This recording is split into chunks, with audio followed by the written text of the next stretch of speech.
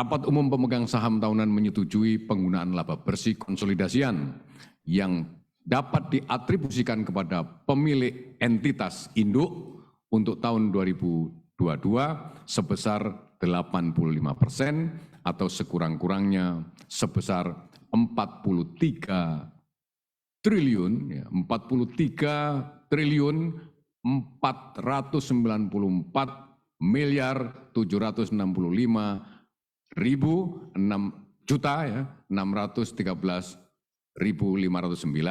Kalau disingkat kira-kira jadi dari laba 51,4 triliun itu 85%-nya dibagikan dalam bentuk dividen yang nilainya kira-kira adalah sekitar 43,5 triliun.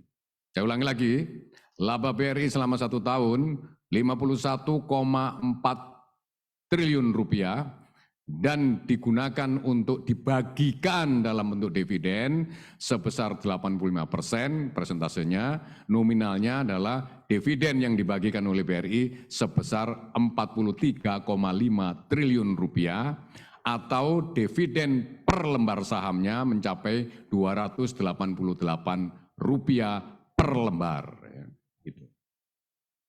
Dan sudah barang tentu dividen yang 43,9 triliun itu, 43,5 triliun itu di dalamnya termasuk yang sudah dibagikan dalam bentuk dividen interim beberapa waktu yang lalu, yaitu 8,6 triliun.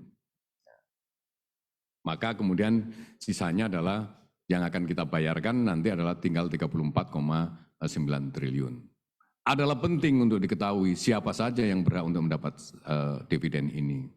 Karena porsi kepemilikan pemerintah, porsi kepemilikan negara di BRI itu mencapai 53,19%, maka dari total dividen yang dibagikan 43 triliun itu, negara akan kebagian 23 triliun. 23 triliun akan diberikan kepada negara dalam bentuk dividen. Kemudian selebihnya diberikan kepada pemegang saham publik, ya, kepada pemegang saham publik. Itu tentang penggunaan laba. Dan kemudian hal ini merupakan bukti nyata bahwa BRI ini banknya rakyat gitu ya. Kemudian berbisnis dengan rakyat, diproses dengan cara-caranya yang cocok dengan rakyat, dan kemudian kalau untung, meskipun untungnya besar gitu, tapi kita tadi kan sudah bilang, jangan cuma nyari untung, tetapi kita juga nyari selamat juga. Alhamdulillah kita untung dan selamat. Untungnya besar, 51,4 triliun, dan dikembalikan kepada rakyat melalui pemerintah dalam bentuk dividen sesuai porsinya pemerintah, itu 23 triliun.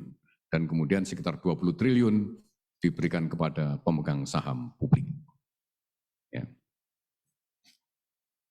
Kemudian atas sisa laba dengan bagian yang 15% atau sebesar 7,7 triliun gitu, akan digunakan untuk saldo laba ditahan.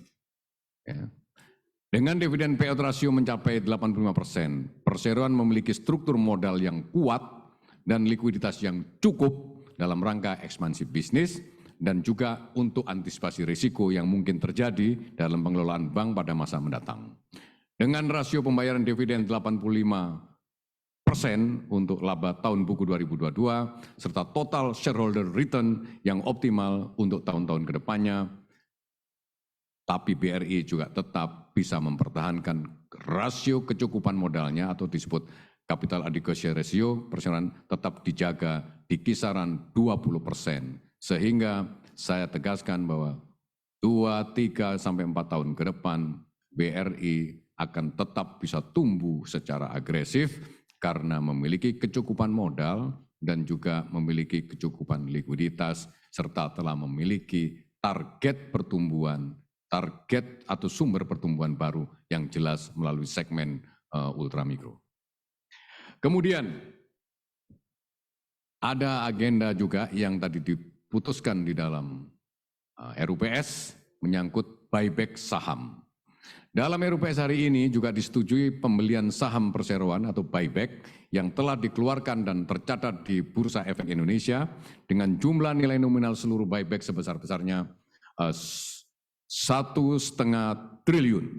Dan buyback ini dilakukan dengan tujuan untuk meningkatkan kepemilikan saham BRI oleh pekerja BRI, sehingga diharapkan dapat mendorong kontribusi pekerja BRI lebih optimal. Karena mereka lebih semangat, karena benar-benar memiliki BRI dalam artian yang sesungguhnya, maka kemudian kinerjanya menjadi didorong lebih optimal dan untuk mencapai target dan aspirasi seluruh stakeholder.